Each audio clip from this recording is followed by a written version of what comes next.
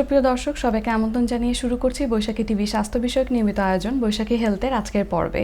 সাথে রয়েছে আমি ডক্টর শাবনা জাফরিন। দর্শক, আজকে আমরা খুব গুরুত্বপূর্ণ একটি বিষয় নিয়ে কথা বলবো, তা হলো বন্ধ্যাত্ব ও এর কারণ। একটি পরিবারে একটি নতুন শিশুর জন্ম শুধু কিন্তু আনন্দেরই না, এটি একটি দম্পতির জীবনের স্বপ্ন ও প্রত্যাশার একটি বড় অংশ। কিন্তু অনেক সময় দেখা যায় বিয়ের পরে দীর্ঘদিন চেষ্টা করেও অনেক দম্পতি কিন্তু স্বাভাবিকভাবে সন্তান নিতে পারছেন না। আমাদের অনেকের ভুল ধারণা রয়েছে যে এ ধরনের সমস্যা কিংবা বন্ধ্যাত্ব সমস্যা কিন্তু নারীদের সমস্যা, কিন্তু আসলে নারী পুরুষ সবারই এ ধরনের সমস্যা হতে পারে।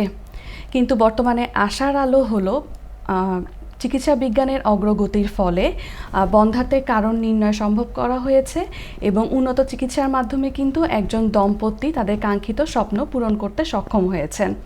এই বিষয়টিতে আরও বিস্তারিত আলোচনা করার জন্য আমাদের সাথে রয়েছেন ডাক্তার ইভা রানী নন্দী, বন্ধ্যাত্ব ও স্ত্রীরোগ বিশেষজ্ঞ এবং আইভিএফ বিশেষজ্ঞ। চলে যাচ্ছি আমাদের মূল আলোচনায়। ম্যাডাম, আপনাকে আমন্ত্রণ জানাচ্ছি আমাদের আজকের অনুষ্ঠানে। ধন্যবাদ শাবনাজ আমাকে এখানে ডাকার জন্য। ম্যাডাম, আজকে আমরা কথা বলবো বন্ধ্যাত্ব এবং এর কারণ এই বিষয়টি নিয়ে। ম্যাডাম, শুরুতে আমাদের মূল আলোচনায় যাওয়ার আগে আপনার কাছ থেকে শুনে নেব, বন্ধ্যাত্ব বলতে আমরা কি বুঝি, কিংবা কখন আমরা বলবো যে একজন দম্পতি বন্ধ্যাত্ব? হ্যাঁ, বন্ধ্যাত্ব ব্যাপারটা হচ্ছে যখন বিয়ের পরে স্বামী স্ত্রী দুজন একসাথে থাকেন এবং হচ্ছে টানা 1 বছরের মতো সময় তারা কোনো রকম জন্মনিরোধক কোনো ব্যবস্থা গ্রহণ না করে বাচ্চা নেওয়ার জন্য চেষ্টা করেন, কিন্তু তারপরেও সফল হন না, তখন আমরা সেই অবস্থাটাকে বলে থাকি যে দম্পতি বন্ধ্যাত্ব রোগে আক্রান্ত হয়েছেন। আচ্ছা ম্যাডাম, আমাদের দেশে বন্ধ্যাত্বের পরিমাণ কেমন? আসলে আমাদের দেশে না, শুধু ওয়ার্ল্ডেই এখন হচ্ছে পুরো বিশ্বতেই যেটা হচ্ছে যে বন্ধ্যাত্বের পরিমাণ দিন দিনই বেড়ে যাচ্ছে। যেখানে আগে ছিল 10 জনে একজন, সেখানে এখন বন্ধ্যাত্ব 5 জনেই একজনকে আমরা পাচ্ছি। 5টা কাপলের মধ্যে যদি আসে আমাদের কাছে, তখন হচ্ছে একটা কাপলই হচ্ছে ওনারা বন্ধ্যাত্ব রোগে আক্রান্ত। এটা দিন দিন আগের তুলনায় অনেক বেড়ে যাচ্ছে। আপনার কাছে কি মনে হয় যে কেন আগের থেকে এত বেড়ে যাচ্ছে? আচ্ছা, বন্ধ্যাত্ব কারণগুলো যদি আমরা বলি তাহলে দেখা যায় যে এখানে স্ত্রীর কিছু কারণ থাকতে পারে, আর কখনো আবার স্বামীর থাকতে পারে। তো কোনো কোনো ক্ষেত্রে হচ্ছে কোনো কারণ দুজনের কারোই খুঁজে পাওয়া যায় না, আবার কখনো কখনো দুজনেরই কারণ থাকতে পারে। এখন যদি ব্রডলি বলি তাহলে হচ্ছে যে এই 50% ক্ষেত্রে স্ত্রীদের জন্য বন্ধ্যাত্ব হয়ে থাকে, আবার 50% ক্ষেত্রে স্বামীদের জন্য হয়ে থাকে। এখন যদি আলাদা করে বলি যে স্ত্রীদের কী কী কারণে বন্ধ্যাত্ব হয়, তার মধ্যে অন্যতম হচ্ছে যে একটা মেয়ের যে বাচ্চা হওয়ার জন্য এখানে 3টা বিষয় থাকে। যে প্রতি মাসে একটা করে ডিম আসবে, সেখান থেকে সেই ডিমটাকে ডিম্বনালী ধরবে এবং তখন হলো ওই ডিম্বনালীর মধ্যেই কিন্তু শুক্রাণুটা যেয়ে ভ্রূণটা তৈরি হবে, সেই ভ্রূণটা জরায়ুতে এসে বসে। তো এই প্রক্রিয়ার মধ্যে তাহলে 3টা আমরা যে পেলাম যে অংশ আছে, যে আলাদা করে বললে ডিম্বাশয়, ডিম্বনালী এবং জরায়ু। এখন হতে পারে সমস্যাটা ডিম্বাশয়ের, তো সেখানে কি সমস্যা হতে পারে? ডিম্বাশয়ের যে সমস্যাগুলো, তার মধ্যে অন্যতম হচ্ছে যে সময় মতো যে মাসে মাসে একটা করে ডিম ফোটার কথা, ডিম আসার কথা, সেটা অনেক সময় আসে না, যেটাকে আমরা মেডিকেল ভাষায় বলে থাকি অ্যানোভুলেশন। তো এই ওভুলেশনটা যদি না হয়, ডিম যদি পরিস্ফুটন না হয়, সেটার আবার পিছনে কিছু কারণ থাকতে পারে। তার মধ্যে সবচেয়ে বেশি কারণ দেখা যায় যে 60 থেকে 70% ক্ষেত্রেই আমাদের একটা কমন যে কারণটা, সেটা হচ্ছে পলিসিস্টিক ওভারিয়ান সিনড্রোম, যেটাকে আমরা বলি। এছাড়া আরও হতে পারে কিছু হরমোনের সমস্যার জন্য, যেমন থাইরয়েডের সমস্যা হলে, থাইরয়েড হরমোন বেড়ে গেলে, কমে গেলে, কিংবা প্রোল্যাকটিন লেভেলটা বেড়ে গেলে, হ্যাঁ, অথবা ডায়াবেটিস থাকলে, এরকম ক্ষেত্রে ডিমটা ঠিকমতো মাসে মাসে বড় হয় না। আরেকটা হতে পারে কি, যে জন্মগতভাবেই কারো কারো ডিমের পরিমাণ কম থাকতে পারে, যেমন টার্নার সিনড্রোম। এগুলো কিছু হচ্ছে জন্মগত বংশ, জেনেটিক প্রবলেম। আবার কখনো হতে পারে যে পরিবেশগত কারণে ডিম ঠিকই তার ছিল, কিন্তু সেটা তাড়াতাড়ি শেষ হয়ে যাচ্ছে, কিংবা কোনো অসুখের জন্য, যেমন এন্ডোমেট্রিওসিসে ডিমের পরিমাণটা কমতে থাকে। আবার কখনো যদি কোনো কারণে তার ক্যান্সারের জন্য কেমোথেরাপি নিতে হয়, কিংবা রেডিওথেরাপি নিতে হয়, তাহলেও আমাদের মেয়েদের শরীরে ডিমগুলো দিনে দিন তাড়াতাড়ি করে কমে যেতে পারে। তো এইসব ক্ষেত্রে ডিমের প্রবলেম হতে পারে। নেক্সট হতে পারে কি, যে ডিম্বনালীর সমস্যা হতে পারে, যে একটা ডিম্বনালী বন্ধ অথবা 2টো ডিম্বনালী বন্ধ।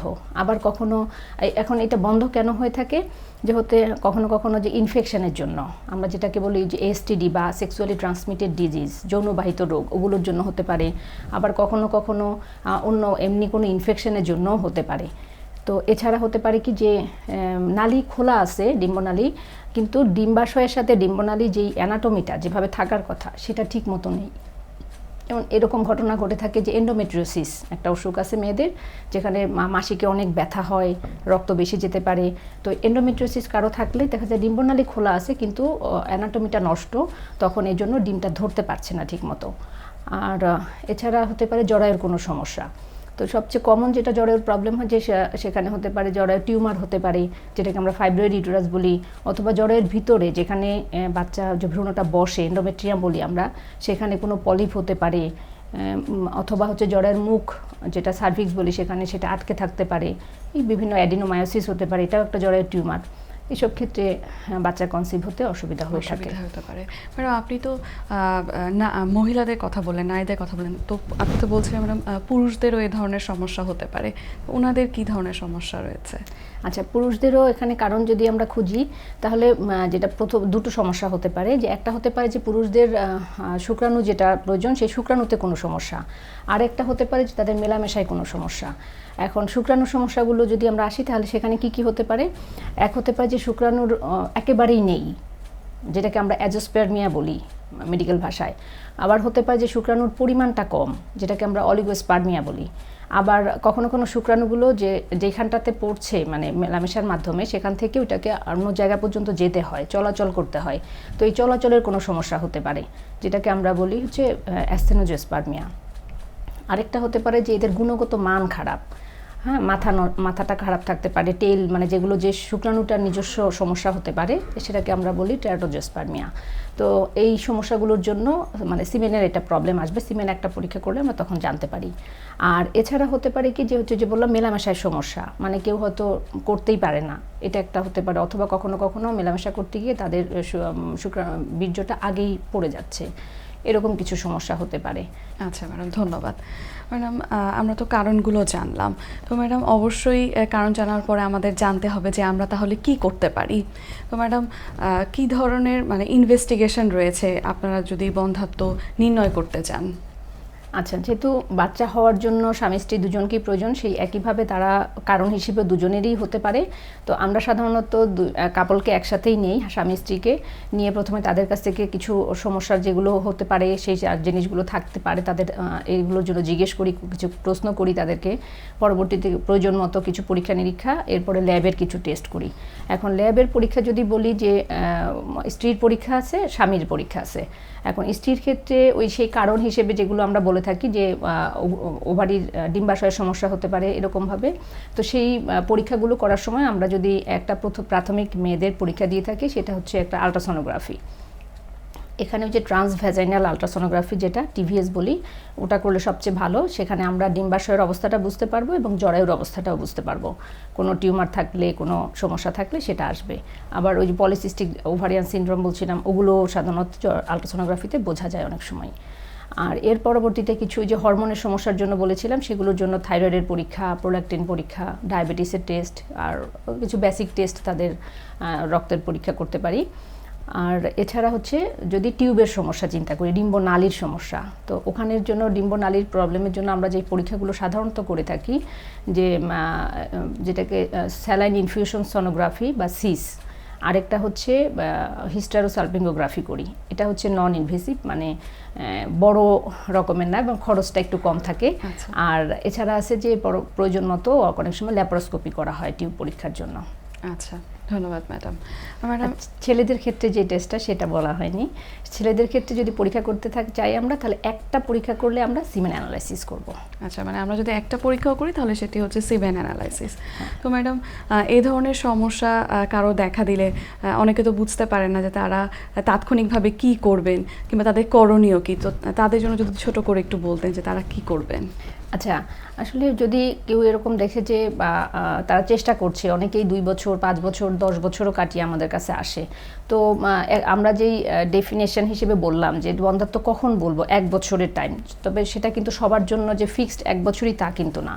যদি এমন হয় যে তার স্ত্রীর বয়স বেশি, যেমন 35-এর বেশি, বা তার আগে কোনো অপারেশন হয়েছে ওই ডিম্বাশয় বা ওই পেলভিক অর্গানের, তো সেক্ষেত্রে তারা হচ্ছে 6 মাসের মধ্যেই চলে আসতে পারে। তো কার কাছে যাবে, এটা একটা গুরুত্বপূর্ণ বিষয়।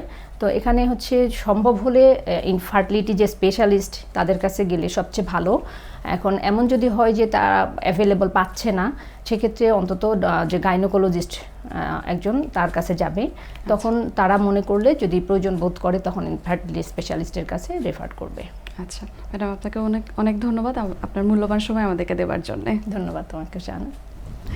দর্শক, এতক্ষণ আমরা কথা বলছিলাম বন্ধ্যাত্ব ও এর কারণ নিয়ে। ম্যাডাম কিন্তু খুব সুন্দরভাবে আমাদের কারণগুলো এক্সপ্লেইন করেছেন এবং এরকম ধরনের সমস্যা হলে আমরা কার কাছে যাব কিংবা কী করতে পারি আমাদের কিন্তু খুব সুন্দরভাবে ম্যাডাম বুঝিয়ে বলেছেন। আগামী পর্ব দেখার আমন্ত্রণ জানিয়ে আজকের মতো এখানেই বিদায় নিচ্ছি। সবাই ভালো থাকবেন, সুস্থ থাকবেন এবং বৈশাখী টিভির সঙ্গেই থাকবেন। আল্লাহ হাফেজ।